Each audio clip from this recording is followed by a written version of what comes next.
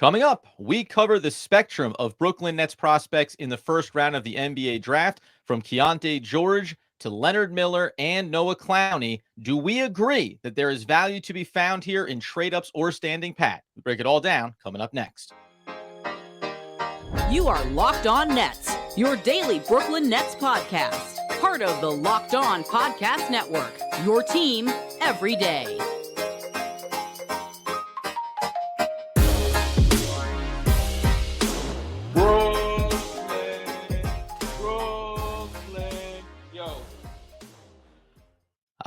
Yes, my friends, it is the Locked On Nets podcast right here on the Locked On Podcast Network. It's your team, the Brooklyn Nets, every single day.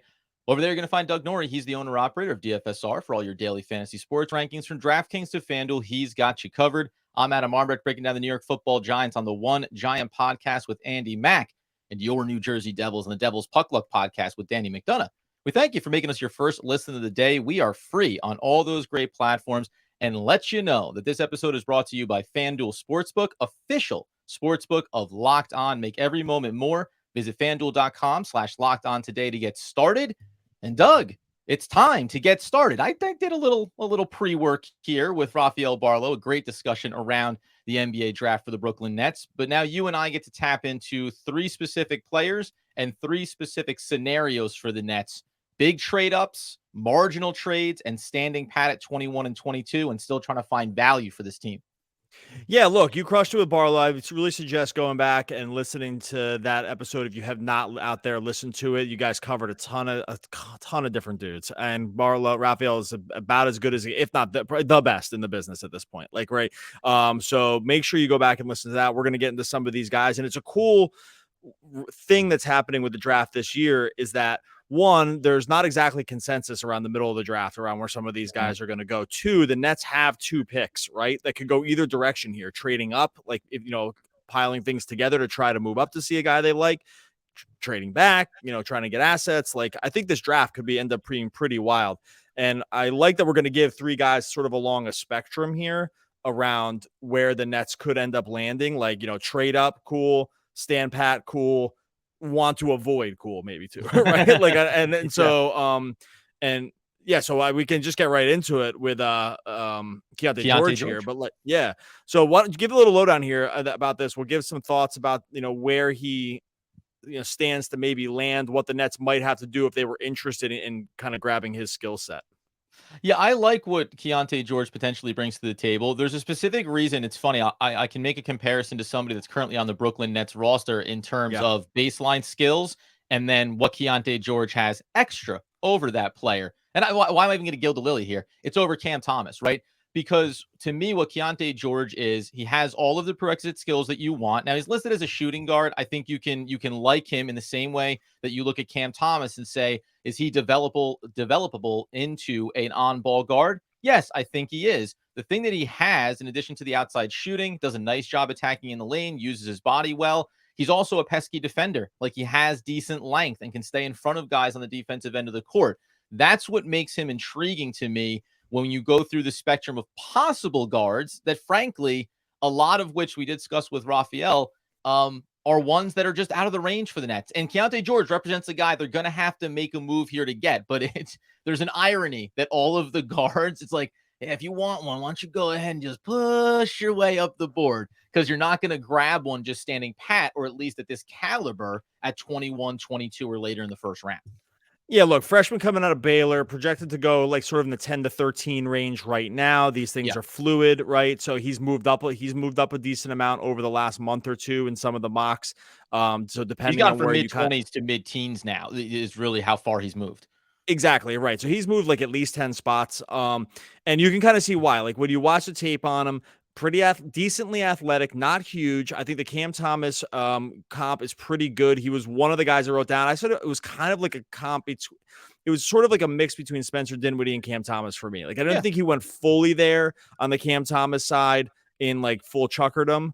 Where Cam Thomas tends to live. He can run pick and roll. He can work off ball screens and get to the rim. The assist numbers are lower than you would like because I'm not sure the vision's all the way there in terms of running your offense full time, which I'm not sure he can really do. But I think that at the same time, I think there's like a little bit, he doesn't have the same full on scoring pop that Cam has. Cause like, I think we've seen Cam as elite, but I think the game is probably a little more rounded, right? Like in terms of like when you're running high screen pick and roll, he did look to kind of pass out of that a little bit more than Cam did. And he has like a little bit more sort of straight line drive stuff than like pulling up in the mid range. So I don't think they're exactly the same, but I do agree with you that they're a nice comp. I mean, when it comes to the Nets would have to move. Let's talk about it this way.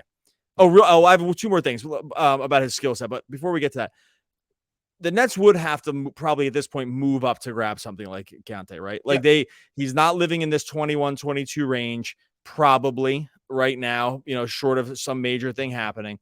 Does he strike you as the kind of guy that would be worth moving up, right? That would be worth like packaging assets together. Because that's like when we're talking about the draft, like that is sort of what we're talking about, right? It's like, I think there are guys that are like this. Like, does he strike you as that kind of guy? Yeah, it's the interesting thing would be, because I said about players that would be available in this skill set to fill this role for the Brooklyn Nets. Could Keyonte George be that guy? Quite possibly, because the general sentiment is that like you're just scratching the surface of what he's going to be as he gets to the NBA and continues to develop. I'll reference probably a couple of times here Rafael Barlow when he talked about in our previous episode discussing this, Kobe Buffkin, a player that I looked at out of Michigan and said, oh, he doesn't quite have that quick burst to get by a defender necessarily, and that's something that they talk about with Keyonte George as well. But Barlow spoke highly enough on Buffkin that maybe I think these guys, are marginally closer than I thought they were, which makes me then hesitate about being like, so do I give up 21 and Dorian Finney-Smith to get to point X in order to get this guy? I don't know if it's that far apart. And it does speak to the idea of that range from edge of the lottery to 20. It's very fluid based on what a team wants, the skill set they need, the type of player. Do they want to win now? Do they want to prepare for the future? So I guess I can squint and see Keyonte George and say, yeah, it may not look great year one or perfect year one, but by years 2 and years 3, you're going to really like what you have there. But I don't think that I watch his tape in a novice eye and say, oh, baby, you can't afford to not go get this player, would probably be where I land on him. Yeah, look, he'd clearly be an upgrade. Like, I think he's like better. He projects to be better than Cam Thomas. Like, I think he's probably more athletic. I think his core strength is there. He's definitely faster, right? Like, I probably already, right? If we're just comparing him to guys that are already on the Nets, I think he does project to shoot really well at the NBA level. I mean, the free throws percentage was good. He shot 34% from 3 in college. We know that doesn't always translate 1-to-1, but I think watching him, you can see that it probably will. He does have some rise and fire stuff, but he'll probably struggle with bigger defenders over the course of his career, which is okay if he can play on the ball, which I think he can. I don't think he moves the needle exactly for what the Nets need right now, but if they did, if they were thinking about kind of moving into this range, I do think this kind of guy, especially if they were just kind of done with Cam, right? Like if they're done, in which they very well might be, right? Like there's not a lot of evidence to suggest they aren't done with him. So right. and so if that was the case and they didn't feel like that was going to happen with him or with Cam Thomas, it would be the kind of guy that you could see coming in off the bench and scoring at the NBA level decently right now and possibly being able to hold up with just more traditional NBA actions than Cam Thomas has been able to, right? In the offensive sets. I'm talking about actions, not scoring, overall offensive sets, right? And by the way, I think that's where he lands. And that's always been our discrepancy or a delineation with Cam Thomas. It's not about his ability to score. It's about ability to function within an offense, something that Keyonte George shows the ability to do. So if we tie a bow on Keyonte George, I'm pro getting him. I'm probably comfortable if you want to trade up and get him, especially if you're clearing off some money from the books, especially if you don't believe in Cam Thomas as being a contributor. The funny thing for me would be that if you're going to get up to 14, 13, 12 to get Keyonte George, then I'll immediately start saying, well, who are some of the other guys that maybe you have to just get to 10 or get to 9 to go get, right? And that's the interesting thing is when you start to think about spending capital to go get a player, then you're always going to move that range up a little bit more. Coming up here in a second, we'll turn our attention as we focus on some of the bigger bodies in this draft and move a little bit closer towards that 21 and 22nd pick, taking a look at Leonard Miller. All right, before we get to that, I'm going to tell you about our friends over at FanDuel. We're heading into the NBA Finals right now after, just frankly, the craziest Eastern Conference Finals you'll ever hope to see. Now we get Heat Nuggets, and you can start betting that series now on FanDuel. Denver comes in as a -9 favorite, -390 money line, over under 219.5. These are crazy numbers for game one of the finals. These are supposed to be the two best teams, but FanDuel, I think, has got it right. You have to go over to FanDuel to enjoy the no sweat first bet up to, wait for this number, $2,500. That's $2,500. I can almost say that's so much I can barely say it. $2,500 back in bonus bets if your first bet doesn't win. There's no better place to bet all the playoff action than America's #1 sportsbook. You got promotions every day. It's super safe and secure. You're going to get paid instantly. And like I said, go start noodling around to what they got there and between the game lines, the props, rebounds, assists, threes. It's all up there for the finals over on FanDuel. Visit FanDuel.com/lockedon and get a no sweat first bet up to $2,500. That's FanDuel.com/lockedon. FanDuel, official sports betting partner of the NBA. Speaking of noodling around on things, another prospect that we wanted to touch on here is going to be one Leonard Miller, played with the G League Ignite. And if you want to get excited about how he interacts with high-profile players, he played with Scoot Henderson as well. So that's also something that you can at least think about, how a prospect like this, 6 foot, you want to say 10, I'll give it to him. Some people list him as 6'9.25", 213-pounder. When you look at a player like this, I'll speak for myself first. Long, he's shown some range. I don't know if the outside shot is perfect in terms of form, but that doesn't mean that it's not something he can build off of. Free throw numbers are there. Really, what I think is funny when we talk about another prospect here in the third segment, Noah Clowney, just they're both in the same type of height and weight range, but Leonard Miller looks like the guy that has the frame to put on mass and to lean into a bit of a gritty defensive role. That may not excite Nets fans in the way some other prospects do, but I really liked his overall game and the projection of how a 19-year-old can develop over his first couple of years in the NBA. Yeah, look, he's 6'10", the wingspan 7'2", which I think Nets fans are going to like. He projects more getting close to like what the traditional NBA 4 looks like now, which I think also is something that probably excites Nets fans to think about that. Definitely has some body filling out to do. He's still pretty thin. The Ignite stuff looked okay at times, not perfect, but his kind of stuff, if you're sort of dreaming on some upside, is heading in the right direction, right? The shooting. So a couple things, right? He shot 33% from 3, which you'll probably take at the G League Ignite stuff when you combine it with like the almost 80% free throw rate, because I think if you look at those two things combined, you're starting to see like sort of projectable long-term form for being able to like have some touch on the shooting. His release is a little low, which worries me a little, but in reading about like the differences of where he's gone, it's gotten better over time. And that's also another good sign, because when you watch him, like he doesn't like, think about like Mikal Bridges' release, right? Like it's just super high. It's unblockable. He's basically shooting like a 7-footer plus. Right. In this case, Miller's not like that really, but he kind of shows a lot of like his face almost. When you watch some of the highlights, it's like he's getting it out there, but it's coming from his chest up and out as opposed to over the top of the head. And that's okay for like a big guy to do that, because it basically keeps your body compact in a way that's like going to have a more manageable release, which is going to lead to more consistency. Like if you have too many moving parts, it actually is sort of problematic. I'm just saying that like it's not like Brook Lopez over here, right? Right. Sure. Like I just want to like, I'm trying to like just kind of just give the mental image for people out there. But in terms of like what the Nets could need, things that could translate to the NBA level, Leonard Miller definitely has those things, right? The length is there. I think the athleticism is there. He can run the court. I think he gets after on the rebounding side, which you like to see. There's a lot of energy, which I think the Nets frankly lacked sometimes. Like I think some of their rebounding issues at times were more about just kind of energy and nose for the ball more than like anything else. And he definitely did not. He shows the opposite of that a lot of the time. This is a guy that if he was still there for the Nets, which I think is a little bit of a question mark, I'd be all over this one. Right now, depending on where you see him in different mocks, I've seen him as high as 12. He's been like in some places 17 or 18, which is getting close to where the Nets are. If this was a guy that fell for me, this is like right in the sweet spot of where I would want the Nets to take a guy like this, right? Yeah. Because I think you can see more in the body and the skill set than he's actually even shown on tape yet.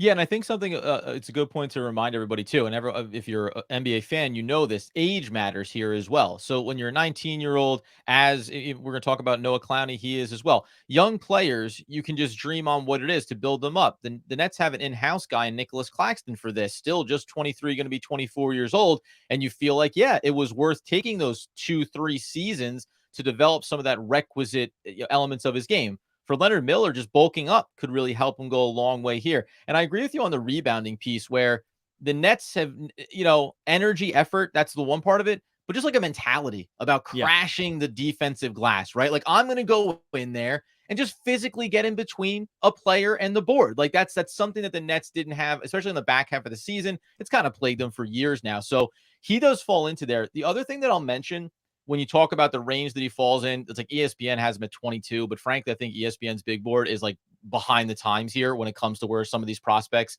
have elevated themselves. But the other way that you can look at this too over these last few weeks and what'll probably happen over the weeks ahead leading up to the draft is certain players. We talked about them on yesterday's episode. Derek Lively II has skyrocketed up into a different level of conversation. G.G. Jackson has reasserted himself to be inside the top 15. Keyonte George has moved up. So the benefit for the Brooklyn Nets, if they're lingering around 21 and maybe thinking making a marginal move to 18, right, or to 19 just to get ahead of a particular team, is there are other names that have put themselves into that conversation from 12 to 20 that Leonard Miller maybe will just kind of end up falling right in that sweet spot where the Nets don't have to do anything and get a guy that I would really like. Yeah, I agree. And this is where like the mock stuff can kind of like tell you a story about, like, you can start telling yourself a story about a guy falling, because when there's disagreement sort of around the even the range, like I said, like as far as 19, right? And that's butting right up against where the Nets are. And so, and look, everyone's just taking their best guesses with these things in terms of needs and fit and, sort of things you hear with the rumblings you hear. So all you can do sometimes is sort of aggregate this stuff together and then see what comes out in the wash. Miller, I think there'd be some teams that could easily talk themselves out of it because, again, it's still pretty raw. And like, if you're looking to like draft for fit only, right, you might not want to go here, right? Because like you could have, you could be looking at like 2 to 3 years before it ever really kind of fully coalesces and comes together. But if you have patience and if you have patience on your side and you can sort of like, you don't even have to squint and see it. Like it's definitely there for this guy, right? It's just a matter. I think it's just a matter of just like how much court time he's going to get, how much can he bulk up, and if the 3-ball can really come up in like the 2-man pick and pop game, because they definitely wanted to run that. Like the G Leagues, the Ignite stuff, they were definitely running pick and pop stuff with him, and it looked really good. Like it looked really pretty fluid and good. So I'm definitely here for it.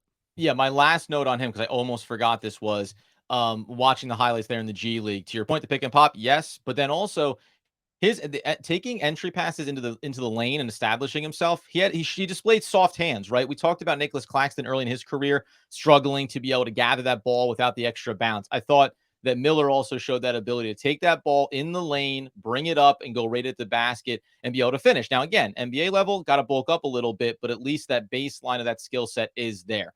Coming up here in a second, then, we'll do two things. One, we'll highlight a guy that we're not a fan of, that some people have been talking about for the Brooklyn Nets, and that is one Noah Clowney. And we'll also reiterate a couple of names that were brought up with Rafael Barlow that I think change the way the Nets should be approaching this 21 and 22 selections. Okay, so I think probably a hard thing as we close out the episode talking about Keyonte George and a big move up for the Brooklyn Nets, maybe being able to stand pat around 21 for Leonard Miller.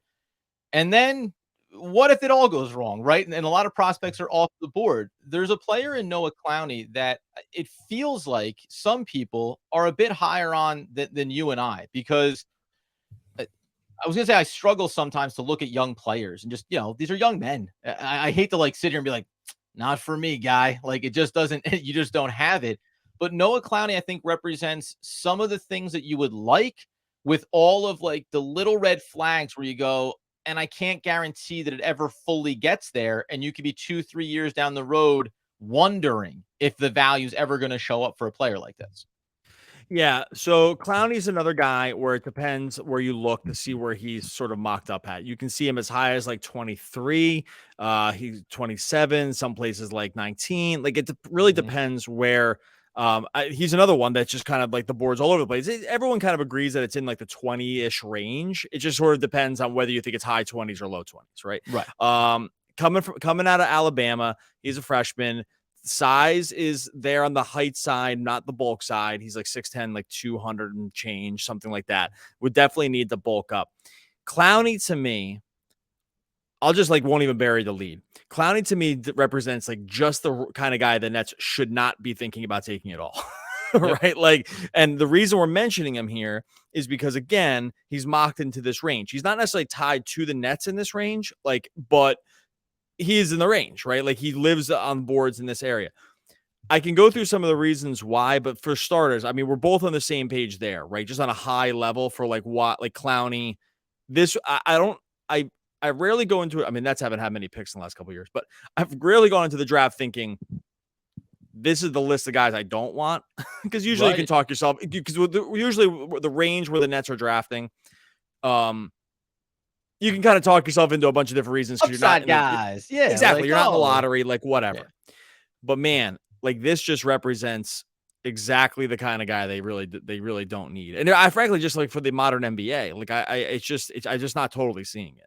Yeah, you said we'll get into it here. I do agree with you. Like, developing a list of players that you wouldn't want to see the Nets necessarily take. He's in that category. Too lean for me. The free throw percentages tell you a story that isn't going to be great for the perimeter shooting. But by the way, oddly enough, when you go and compare his perimeter stroke versus Leonard Miller's, you can look at the form and say, yeah, Clowney has a nice outside shot. However, the numbers tell you it may not be able to hold up at the NBA level. The body's not big enough. And specifically for the Brooklyn Nets, because other teams maybe could convince themselves that there's something here based on what they currently have. The Nets need size. And I mean physical size, not length. Like they need real size, a guy that can be inside the paint and really operate. And I mean, we think that Nick Claxton came out looking thin. I can't squint and see Clowney putting on enough weight at a quick enough rate where you really look at him and say, hey, this is a guy that could be an impact player for the Nets, which, by the way, however you want to look at what the Nets are doing right now organizationally, they need guys that are ready to walk into this rotation because one way or the other, they're going to be shedding some other contracts. There's going to be big minutes that are going to be available for players. And I think I would be frustrated on a lot of nights during the NBA season if Noah Clowney was coming in for minutes for the Nets. Yeah, look, Bama did run like some pick and pop offense with them. Mm-hmm. They wanted to definitely get it. The shooting, like I'll agree with you that the shooting form looks okay, but the release it's so slow, like that. I mean, that can be sped up. Like mechanics can be changed, right? So like I wouldn't like totally write a guy off for a mechanics issue. Although, and like maybe you watch some of the tape and you say, hey, look, the form is there. He just needs to sort of dial it in a little bit because, like I said, it looks okay, but it just takes absolutely forever to have it actually happen. You mentioned the free throw rate that was in the low 60s or mid 60s for his college career. Not many attempts. The college game is a little different. It's clearly different than the NBA. So, but college game is also like a little more geared toward like big men sort of sometimes being able to thrive. And it's not exactly like he was thriving in the college game, right? Mm-hmm. Like the rebounding, even for his minutes, like he played 26 minutes a game, didn't get over 8 rebounds, couldn't really score. Like, it wasn't even in double digit scoring at the college level. And honestly, when you watch him, I would have like real concerns around just his like, it's not even athleticism, like his coordination. Like it looks very not put together. Like if you look at Miller, like just as a comparison for guys who are like sort of in the same height and wingspan category, I mean, it's like totally night and day with these two guys. Like between Miller and Clowney, like you're like, yeah, they're the same size, but they're doing two totally different things on the basketball court. And Clowney's, it just doesn't look fluid. And I get really concerned when the fluidity issues are very apparent, even though he's young. that means like we're far, far away, right? Like we are lots of development away because it's just not all together coming together naturally. And so I think when you combine those things together, I would have real concerns with if this was like the name they called on draft night. Yeah, and so to close it out, there was a couple of things. One of the other ways that I'm informing my opinion, even of Noah Clowney, regardless of him as an isolated prospect, is where some other names are there. Again, they'll do it for the third and final time. Talking with Rafael Barlow, when you talk about City Sissoko, he's listed in the 30s on a lot of boards. I asked Barlow, would you take him at 21 and feel confident? He said, yeah, 100%. So if you feel good enough about prospects like this, that means that the upside does feel like it's evident in there for you. The other player, like a Ryan Rupert, when you hear things about other prospects in this range, and you talked about this throughout the episode now, some guys are rising, right? Some guys are just kind of settling and staying in their little lane. But the guys that kind of stay in their lane, it can be damning. And Noah Clowney falls in that category where, like, you're not getting the next level of positive feedback on pro days, on workouts, right? On the extra layer of film study. So he gives me pause there a little bit for sure. Let me say one thing in his defense. I'll say one thing in his defense. He's good on defense. Like the defense, the weak side defense stuff is good. Like his body is not filled out. Maybe you want to say he bulks up over time. The strength comes around, and he's just like a good one-on-one defender. He's a good help. He is now a good help defender. He has good instincts on the defensive end. Like those things probably would translate almost day one.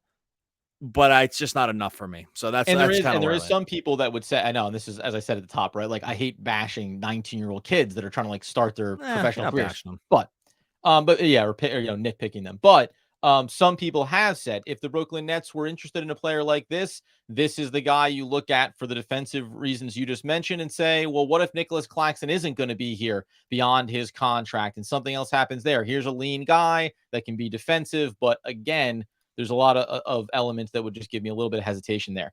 Where do you stand as we close this one out? Because we didn't do it at the top on what you want the Nets to come away with. Because now we just talked about a guard, a forward slash center, and then a center slash forward, whatever. Traditional 4s, 5s.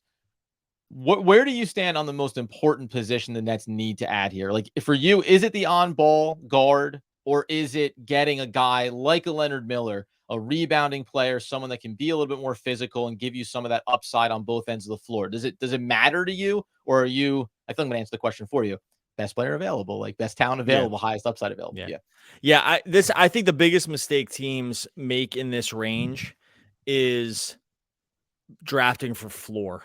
Right now, at times that can be okay, right? Like depending on where you are. There have been examples recently. I don't go too long here, but like there's been recent examples of just like lower round draft guys who honestly, like guys we talked about when the Nets were drafting, like Desmond Bane and Quentin Grimes, like years ago when those guys were drafted, like we're on record, go back, you can find the tapes. Like we were like, hey, the Nets should take these guys right now. Right. Yeah. Like, because, but the difference there was that when we were talking about those guys, we were talking about them about a Nets team that was ready to win now. Right. I was like, the Nets are ready. This was the Kyrie, KD. And at the time when I was Harden on the team, I think they were ready to win now. And I was like, Desmond Bane can play in the NBA now. Like the body was ready. Ceiling's not the roof, but the floor is. Now his ceiling ended up being higher than I thought it was going to be. Right. Exactly. Like, so, but like Grimes, I was like, look, lengthy, can shoot the three. If he never needs to dribble, which he's not going to need to do with those guys, great news. He's actually perfect for this team. Right. Guess what? We were right. Now, I would not, going into this draft, think the same thing. Those guys would not excite me in the same way because I don't think the Nets are the same timeline here. Does that make sense? Like, so, no. So I think then the Nets should have drafted for fit. That would have made sense. Like, if you can find a guy that can play 15 to 25 minutes now, great. Nets are not in that mode to me. But I think there are some people that the Nets are in that mode. So for me, it's always going to be in this current iteration of the Nets is best player available. And we're going to go through a lot more of those guys, like as we go, like who these guys are going to end up being. I would put Miller in that range, right? If he were to fall, I'm like, that'd be a nice hit. Right. Yeah. And I think he's not the only guy. He's not the only guy, but among the guys we talked about today, he's one of those guys. Oh yeah. And I think that's a really good way to cap this off too, as we close out this week and going into next week and leading up to the draft.